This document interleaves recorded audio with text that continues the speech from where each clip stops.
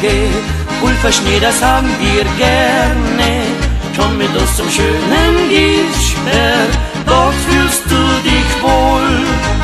Freunde unserer Berge, Meranzen liegt doch nicht so ferne. Sonne gibt es jeden Tag, weil das ein jeder mag.